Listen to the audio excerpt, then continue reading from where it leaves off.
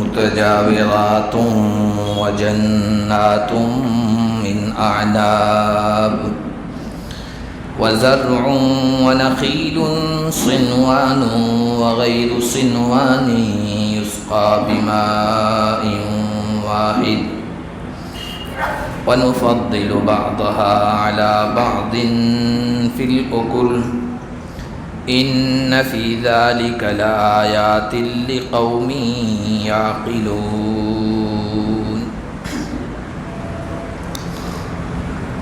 آج کے درس کا آغاز ہم اللہ کے فضل و کرم سے سورۃ الرعد کی آیت نمبر 4 سے کر رہے ہیں۔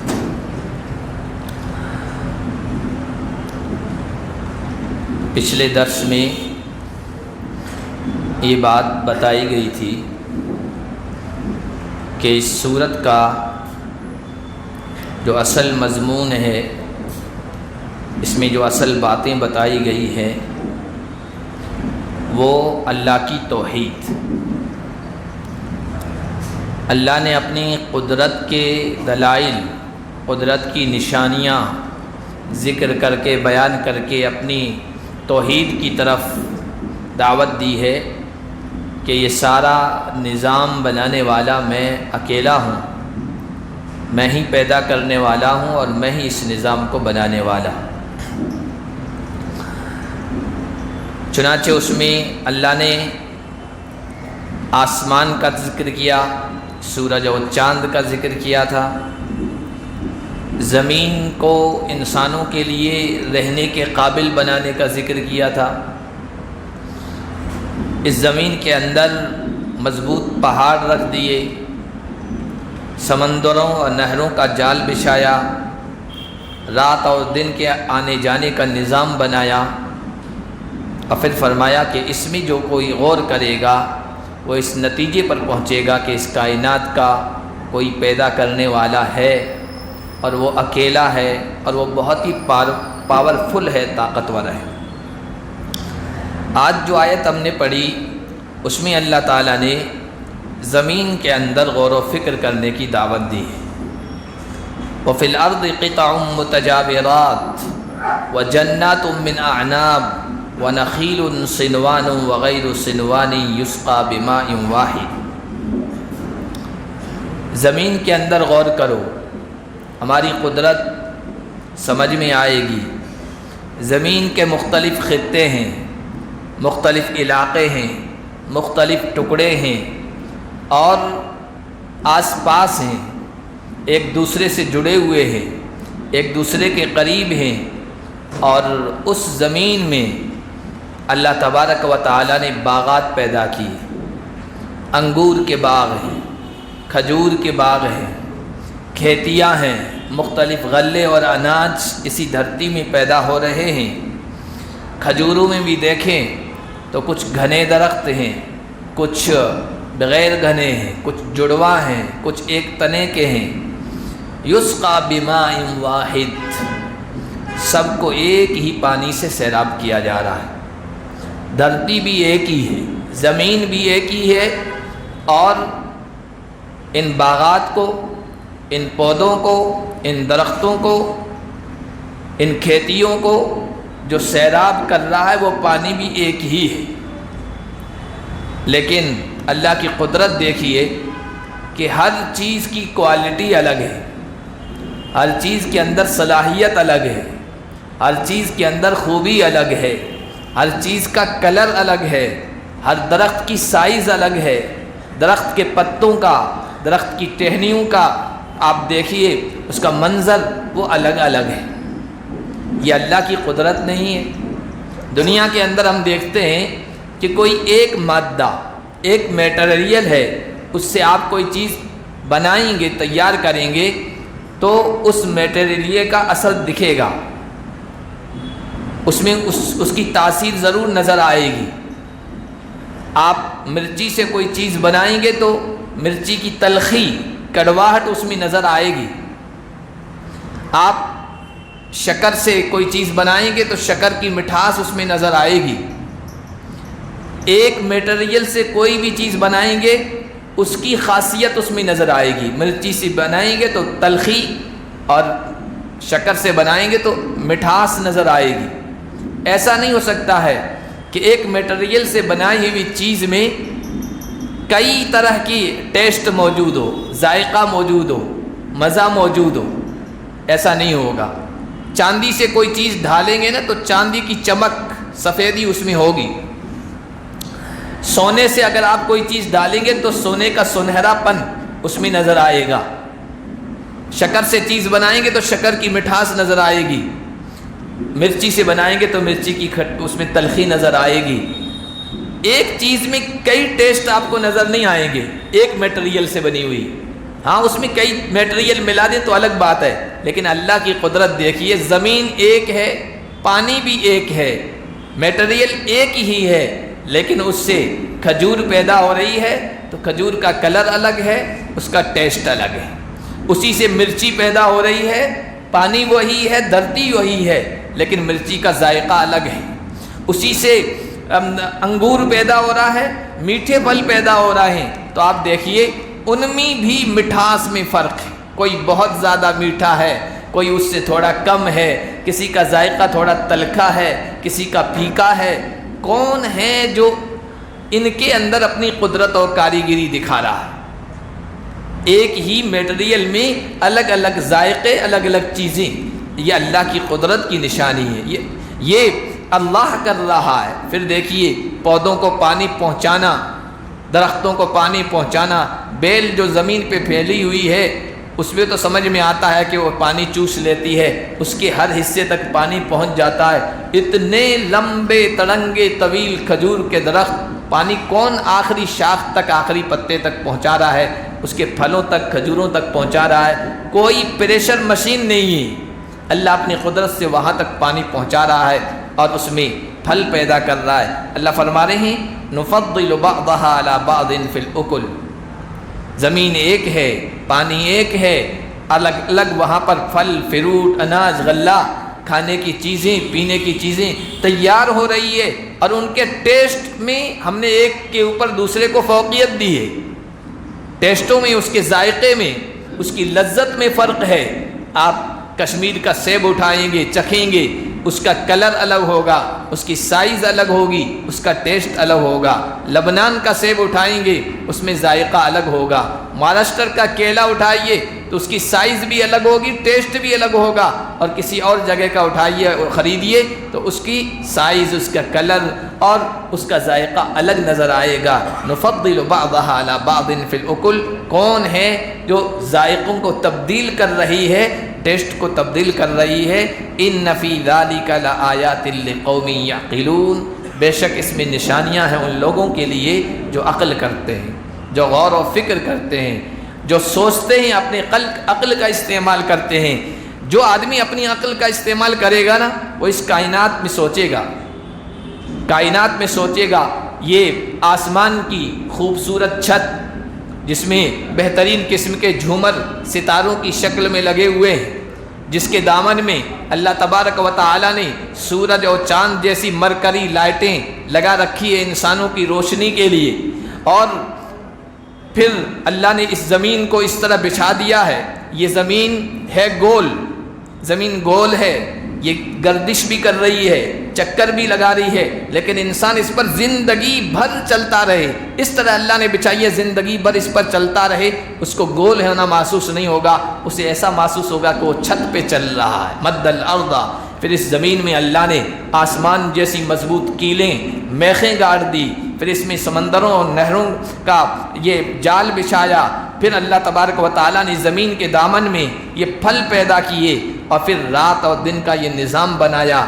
جو آدمی اس پر غور کرے گا نا، ایک ایک چیز پر گہرائی میں جا کر، اس کی عقل، اس کا غور و فکر اسے اس نتیجے تک پہنچائے گا کہ اس کائنات کا کوئی نہ کوئی پیدا کرنے والا ہے، یہ خود بخود پیدا نہیں ہوئی، کوئی نہ کوئی پیدا کرنے والا ہے، اور کوئی نہ کوئی اس نظام کو سنبھالنے والا ہے، اور جو سنبھالنے والا ہے وہ بڑا پاورفل ہے، وہ بڑا طاقتور ہے، وہ بڑی قوت والا ہے، اور اس نتیجے پر پہنچے گا کہ یہ بے مقصد نہیں، یہ کسی حکمت و مصلحت کے بغیر پیدا کی گئی، یہ دنیا یہ کائنات ایسا بھی نہیں ہے، اور اس نتیجے پر پہنچے گا کہ اس کائنات کا کوئی نہ کوئی رزلٹ اور نتیجہ ہونا چاہیے، اور اس کا رزلٹ اور نتیجہ وہی ہے کہ اس کے بعد آنے والی دنیا ہے وہ ہے آخرت، وہ ہے آخرت جہاں اس کا رزلٹ اور نتیجہ نکلے گا۔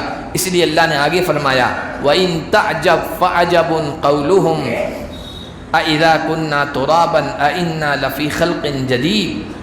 اگر آپ کو حیرانی ہوتی ہے، تعجب ہوتا ہے، تو تعجب والی بات تو ان کی ہے، کافروں کی ہے، جو لوگ انکار کرتے تھے قرآن کا اور قرآن میں بیان کی گئی باتوں کا، اور اس میں اہم بات جو ہے قرآن کی وہ یہ ہے کہ قرآن اپنے ماننے والوں کا ذہن یہ بناتا ہے کہ یہ دنیا ہمیشہ رہنے کی جگہ نہیں ہے، یہ فانی ہے، یہ ختم ہونا ہے، اور اس کے بعد ایک دنیا آنی ہے جس کو آخرت کہتے ہیں، جس کو قیامت کہتے ہیں، دوبارہ زندہ ہونا ہے، اللہ کے دربار میں حاضر ہونا ہے۔ قرآن اپنے ماننے والوں کا یہ ذہن بناتا ہے۔ اسی کو ماننے کے لیے کافر لوگ قرآن کے منکر تیار نہیں تھے، وہ کہتے تھے یہ کیسے ہوگا، اَإِذَا كُنَّا تُرَابًا أَإِنَّا لَفِي خَلْقٍ جَدِيدٍ۔ قرآن نے الگ الگ انداز میں ان کی باتوں کو بیان فرمایا ہے کہ جب ہم مر جائیں گے، مٹی میں رل مل جائیں گے، بوسیدہ ہڈیاں ہو جائے گی اور بکھر جائیں گی، پتہ نہیں کہاں کسی کو آگ میں جلا کر ختم کر دیا گیا، راکھ بنا دیا گیا، پھر سمندر میں بہا دیا گیا، کسی کو جانور نے کھا لیا، کوئی سمندر میں ڈوب گیا، پتہ نہیں کس کے کہاں کہاں ذرات بکھر گئے، دوبارہ کیسے زندہ ہوں گے۔ ان کی یہ بات یہ جو تعجب کر رہے ہیں کہ مرنے کے بعد دوبارہ کیسے زندہ ہوں گے، آپ کو ان کی بات پر تعجب ہونا چاہیے۔ ان کو اس بات پر حیرت ہو رہی ہے کہ مرنے کے بعد دوبارہ کیسے زندہ ہوں گے، اور قرآن کے ماننے والوں کو اس پر حیرت ہونی چاہیے کہ یہ بات ایسی کیوں کر رہے ہیں، عجیب بے وقوفی کی بات کر رہے ہیں۔ اس لیے کہ کسی چیز کا ہونا یا نہ ہونا، دوبارہ زندہ کیا جانا یا نہ کیا جانا، کسی چیز کا ہونا یا نہ ہونا، یہ سامنے والے آدمی کی طاقت و قوت کے اعتبار سے ہوتا ہے۔ ایک چھوٹا بچہ ہے، دودھ پیتا بچہ ہے، اور کوئی آدمی اس کے بارے میں کہے کہ یہ دودھ پیتا بچہ ہے، یہ گوشت روٹی نہیں کھا سکتا ہے، تو اس میں کیا تعجب کی بات ہے؟ اس میں تو کوئی تعجب کی بات نہیں ہے، اس لیے کہ اس کی طاقت ہی ایسی ہے، اس کا معدہ ہضم نہیں کر سکتا۔ کوئی کہے کہ یہ چھوٹا بچہ ہے، یہ گوشت روٹی نہیں کھا سکتا، یہ 20 سال کا نوجوان کھا لیتا ہے، تو اس میں کوئی تعجب کی بات نہیں ہے۔ اور اگر کوئی یوں کہے کہ جب چھوٹا بچہ گوشت روٹی کھا نہیں سکتا ہے اور اس کا معدہ ہضم نہیں کر سکتا ہے، تو نوجوان کیسے کھا سکتا ہے؟ تو کہیں گے تیری عقل کی کمی ہے، بے وقوفی ہے، احمقانہ پن ہے یہ۔ اس لیے کہ دونوں کی طاقت و قوت کے اعتبار سے بات کہی جائے گی، تو جو بات یہ کر رہا ہے نا کہ ہم دوبارہ زندہ کریں گے، اگر انسان کر رہا ہے تو بھائی تعجب کی بات ہے کہ انسان کی قوت نہیں ہے، انسان کی طاقت نہیں ہے۔ اور اگر یہ بات کر رہا ہے کوئی ایسی ذات، کوئی ایسی ہستی جس نے انسانوں کو پیدا کیا، جس نے زمین کو بچھایا، جس نے آسمان کو بغیر ستونوں کے بلند کیا، جس نے یہ سارا ایسا مضبوط نظام کہ کہیں کوئی خامی، کہیں کوئی نقص، کہیں کوئی عیب نظر نہیں آتا، ایسی پاورفل ہستی کہہ رہی ہے، تو پھر کوئی تعجب کی بات نہیں ہے۔ اس لیے کہ جو انسان تھا بھی نہیں اس کو پیدا کر سکتا ہے، تو ایک چیز وجود میں آنے کے بعد دوبارہ اس کی کاپی کرنا کوئی مشکل نہیں ہے، اللہ دوبارہ اس کو پیدا کر سکتا ہے۔ اس لیے یہ جو کہہ رہے ہیں ان کی بات حیرت انگیز ہے کہ جب ہم مر جائیں گے، مٹی ہو جائیں گے، دوبارہ کیسے پیدا کیے جائیں گے۔ اولئک الذین کفروا بربہم، یہ وہ لوگ ہیں جو اپنے رب کا انکار کر رہے ہیں۔ آخرت، دیکھیے آخرت اسلام کے بنیادی عقیدوں میں سے جن چیزوں پر ایمان لانا ضروری ہے نا، اس میں والبعث بعد الموت، مرنے کے بعد دوبارہ زندہ کیے جائیں گے، اس پر یقین، اس پر ایمان لانا یہ ضروری ہے۔ اگر کوئی قرآن کو مانتا ہے، رسول کو مانتا ہے، اللہ کی ذات کو تسلیم کرتا ہے، سب مان رہا ہے، لیکن کہتا ہے مرنے کے بعد دوبارہ زندگی نہیں ہے، تو وہ مومن نہیں ہو سکتا ہے۔ اس لیے کہ اس زندگی پر یقین رکھنا بھی ایمان کا حصہ ہے۔ تو یہ آخرت کا انکار کر رہے ہیں، تو فرمایا یہ اپنے رب کا انکار کر رہے ہیں، اپنی رب کی طاقت کا، قوت کا انکار کر رہے ہیں، گویا اپنے رب کو اپنے برابر سمجھ رہے ہیں، ہم یہ چیز نہیں کر سکتے تو وہ کیسے کر سکتا ہے۔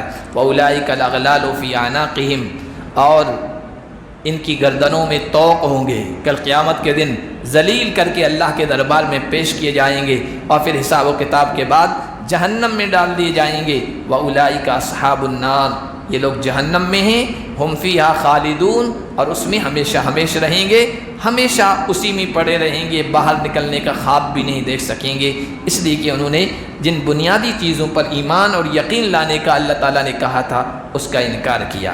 وَيَسْتَعْجِلُونَكَ بِالسَّيِّئَةِ قَبْلَ الْحَسَنَةِ وَقَدْ خَلَتْ مِنْ قَبْلِهِمُ الْمَثُلَاتُ، اے نبی یہ آپ سے اچھائی سے پہلے برائی کا مطالبہ کرتے ہیں، اچھائی سے پہلے برائی کی جلد بازی کرتے ہیں، حالانکہ ان سے پہلے بھی بڑے عبرتناک واقعات گزر چکے۔ اللہ کے نبی صلی اللہ علیہ وسلم جب ان کو سمجھاتے تھے، باتیں بتاتے تھے، قرآن کھول کے واضح کرتے تھے اور قیامت کے بارے میں بتاتے تھے، تو وہ کہتے تھے کہ متی ھذا الوعد ان کنتم صادقین۔ قرآن نے اس کو بار بار بیان کیا ہے، کہتے تھے جس چیز کا تم وعدہ کر رہے ہو، قبر میں عذاب ہوگا، قیامت برپا ہوگی، آخرت ہوگی، اللہ کے دربار میں پیش کیا جائے گا، یہ وعدہ ہوگا کب؟ یہ اللہ کی طرف سے آئے گا کب؟ جلدی لے آؤ، یا تم ہمیں جو ڈرا رہے ہو، دھمکا رہے ہو، اللہ کی بات نہیں مانو گے، اللہ پکڑ کرے گا، اللہ کی گرفت آئے گی، اللہ کی طرف سے عذاب آئے گا، آ کیوں نہیں جاتا؟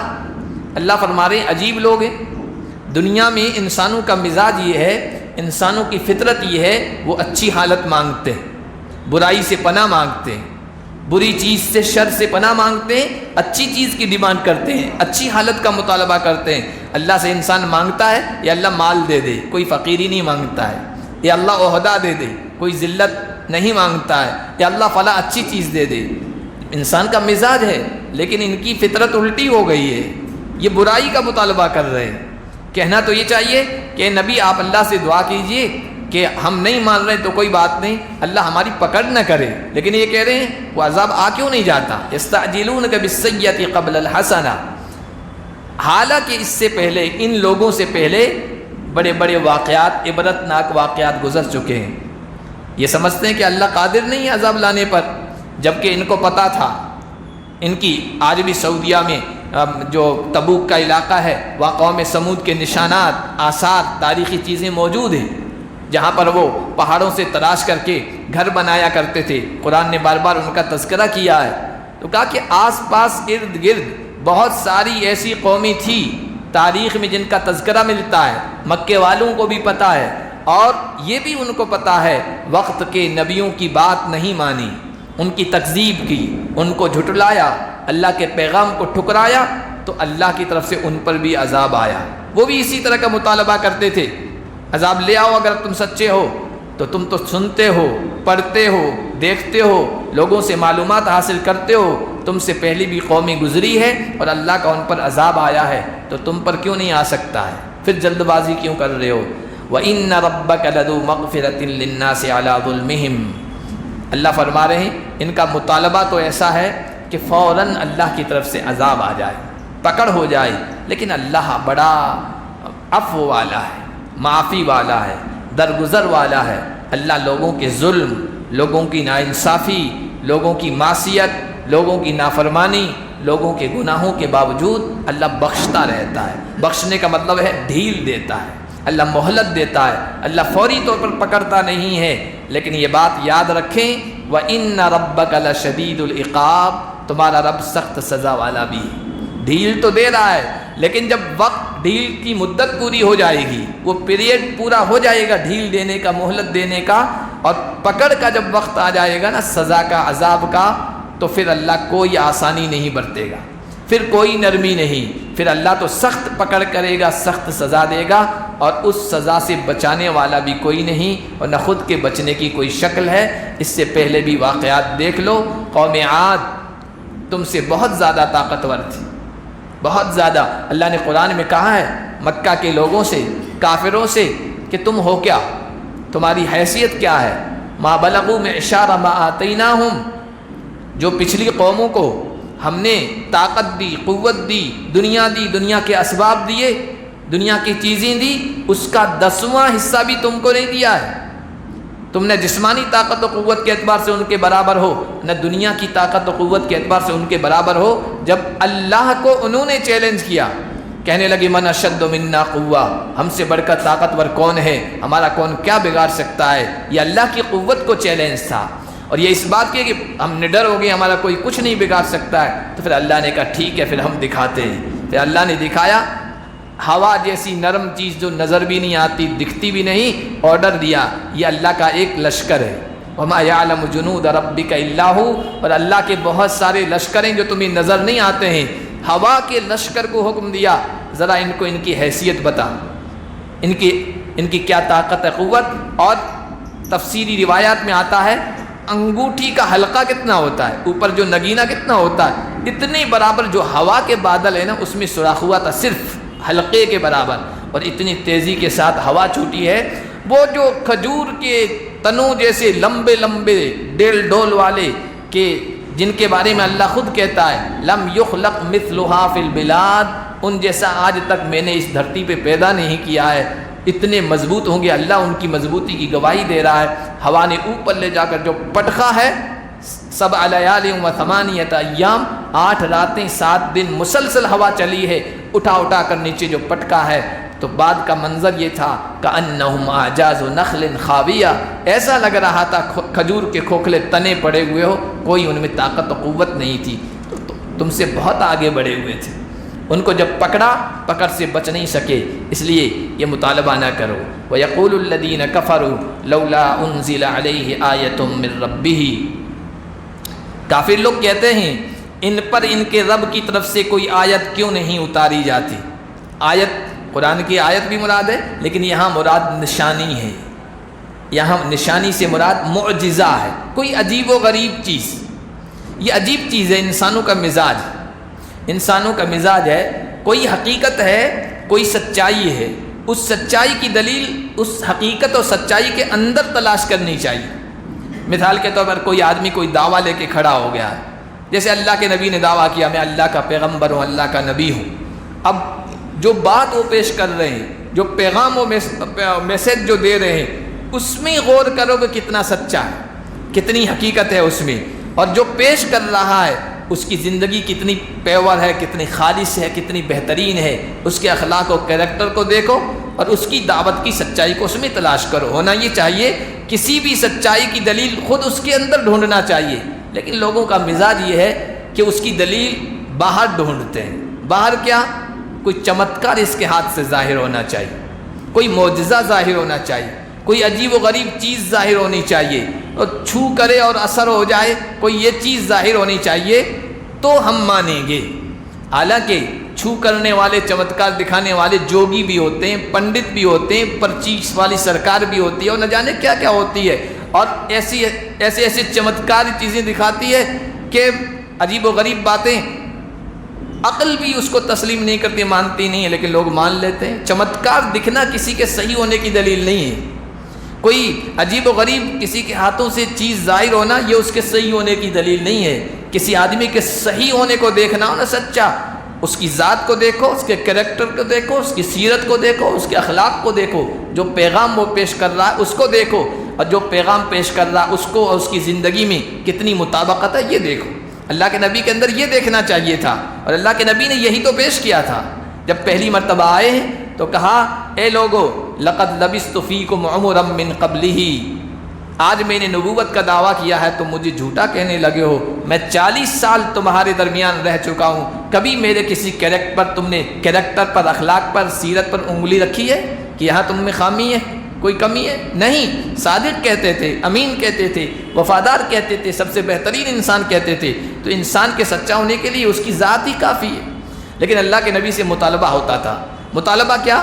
حالانکہ معجزے تو اللہ کے نبی کے ہاتھوں سے ظاہر ہوئے، لیکن ہماری ڈیمانڈ کا، ہم جیسا چاہ رہے ہیں ویسا دکھاؤ، یہ کافروں کا مطالبہ ہوتا تھا۔ اس کو 15ویں پارے میں اللہ نے بیان فرمایا ہے کہ لن نؤمن لک حتی تفجر لنا من الارض ينبوعا، اے محمد صلی اللہ علیہ وسلم، ہم آپ پر ایمان نہیں لائیں گے یہاں تک کہ ہم دیکھیں مکے کی اس بنجر زمین سے آپ چشمہ نکال دیں، اور مکے کی اس پتھریلی زمین سے آپ نہر جاری کر دیں، او یکون لک بیت من زخرف، سونے کا آپ کا گھر ہونا چاہیے. آپ معمولی تھوڑی انسان ہیں، آپ کہہ رہے ہیں میں اللہ کا ایمبیسیڈر ہوں، اللہ کا قاصد ہوں، اللہ کا پیغمبر ہوں نا. تو بڑی سرکار کا جو نمائندہ ہوتا ہے اس کا کوٹھی ہوتی ہے، بنگلے ہوتے ہیں، کاریں ہوتی ہے، بہاریں ہوتی ہے، ہٹو بچو کرنے والے ہوتے ہیں. تمہارے ساتھ بھی یہ ہونا چاہیے، سونے کا بنگلہ ہو تو ہمیں یقین آئے کہ واقعی آپ اللہ کی طرف سے ہیں اور اللہ نے آپ کو نوازا ہے. یا آپ کے کھجور کے باغات ہونا چاہیے، یا مکے میں نہیں ہیں. اور مزید یہ مطالبہ کرتے تھے کہ ہم آپ کو اس وقت تک نہیں مانیں گے جب تک کہ آپ ہمیں یہ نہ دکھا دیں کہ آپ آسمان پر چڑھے ہوں، خالی ہاتھ گئے ہوں، اور جب واپس آئے ہو تو یہ قرآن ہاتھ میں لیے ہوئے آئے ہوں، تو ہمیں یقین آ جائے خالی ہاتھ گئے تھے، وہاں سے آگے ہیں، یہ کتاب ان کے ہاتھ میں ہے، تو ہمیں یقین آ جائے کہ واقعی اللہ کی کتاب ہے. یا آپ کے ساتھ ایک فرشتہ اوپر سے اترنا چاہیے جو یہ کہے میں فرشتہ ہوں، اللہ کی طرف سے آیا ہوں، یا اللہ کے پیغمبر ہیں، سچے ہیں، ان کو نبی تسلیم کرو. یہ عجیب و غریب کی نشانی وہ مطالبہ کرتے تھے. تو اللہ نے یہاں بھی یہ فرمایا، یہ کہتے ہیں ان پر ان کے رب کی طرف سے کوئی معجزہ کیوں نہیں اتارا جاتا. اللہ کے نبی سے کہا گیا انما انت منذر، اے نبی آپ تو چوکنا کر دینے والے، آپ تو چوکنا کر دینے والے ہیں، بتا دینے والے ہیں، ہوشیار کر دینے والے ہیں، غفلت میں پڑے ہوئوں کو آپ بیدار کرنے والے ہیں. آپ کا کام ہے بات پہنچا دینا، پیغام پہنچا دینا. معجزہ دکھانا آپ کے ہاتھ میں نہیں ہے، نشانی یا چمتکار دکھانا یہ آپ کے ہاتھ میں نہیں ہے، یہ ہمارا ہے، یہ ہمارا کام ہے. ہم جب چاہیں گے دکھائیں گے، آپ کا کام بس پیغام پہنچا دینا ہے. اللہ کے نبی کے اندر تڑپ تھی، بے چینی تھی کہ کوئی ایسا معجزہ ظاہر ہو جائے، جو یہ چاہتے ہیں ویسا ہی ظاہر ہو جائے اور یہ مطمئن ہو جائیں، یہ مطمئن ہو جائیں اور ایمان لے آئیں. تو اللہ فرما رہے ہیں نبی آپ کا کام مطمئن کرنا نہیں ہے، آپ کا کام مطمئن کرنا نہیں ہے، آپ کا کام میسیج کو فارورڈ کر دو، جو ہم نے پیغام دیا اس کو آگے پہنچا دو. یہ آپ کا کام ہے، اور نہ آپ کے ذمے ہے کل پوچھا جائے گا کہ انہوں نے مانا کیوں نہیں. نہیں، یہ نہیں پوچھا جائے گا. یہ پوچھا جائے گا هل بلغت رسالتہ، آپ نے پیغام پہنچا دیا تھا کہ نہیں پہنچا دیا تھا. آپ سے یہ پوچھا جائے گا، ان سے یہ پوچھا جائے گا تم نے قبول کیوں نہیں کیا تھا. باقی معجزے دکھا کر، نشانیاں دکھا کر مطمئن کرنا یہ آپ کے ہاتھ میں نہیں ہے. آپ بس پیغام پہنچانے والے ہیں، غفلت سے بیدار کرنے والے ہیں. وَلِكُلِّ قَوْمٍ هَادٍ، ہر قوم کی طرف اللہ کی طرف سے رہنما آیا ہے. کوئی نہ کوئی نبی آیا ہے یا نبی کا نمائندہ آیا ہے، جنہوں نے اس حقیقت، دنیا کی حقیقت کو سمجھایا، آخرت کے بارے میں بتایا. اور سب سے اخیر میں آپ آئے ہیں اس قوم کی رہنمائی کے لیے. اللہ نے آپ کے سر پر نبوت کا، ختم نبوت کا تاج سجایا ہے. تو آپ کا جو کام ہے وہ کیجئے، ان کی ڈیمانڈ، ان کے مطالبوں کی طرف توجہ مت کیجئے. آپ بیدار کرتے رہیے، ہوشیار کرتے رہیے، چوکنا کرتے رہیے. باقی جو کام ہے وہ ہمارا ہے. معجزے دکھائیں یا نہ دکھائیں، نشانی دکھائیں یا نہ دکھائیں، وہ ہمارا کام ہے. آپ اس پر زیادہ توجہ نہ کیجیے. آگے جو آیات ہیں اس میں اللہ تبارک و تعالیٰ نے اپنی اور بہت ساری قدرتیں بیان کی ہے جو کسی اور ہستی و ذات کے اندر نہیں ہوتی ہے. اور جس کے اندر وہ قدرتیں، وہ صلاحیتیں، وہ خوبیاں ہو، وہی ذات عبادت کے لائق ہو سکتی ہے. تو انشاءاللہ اگلے درس میں ہم پڑھیں گے. اللہ پاک ہم سب کو قرآن کو سمجھنے کی اور اس کے پیغام کو عام کرنے کی توفیق عطا فرمائے. سبحان اللہ.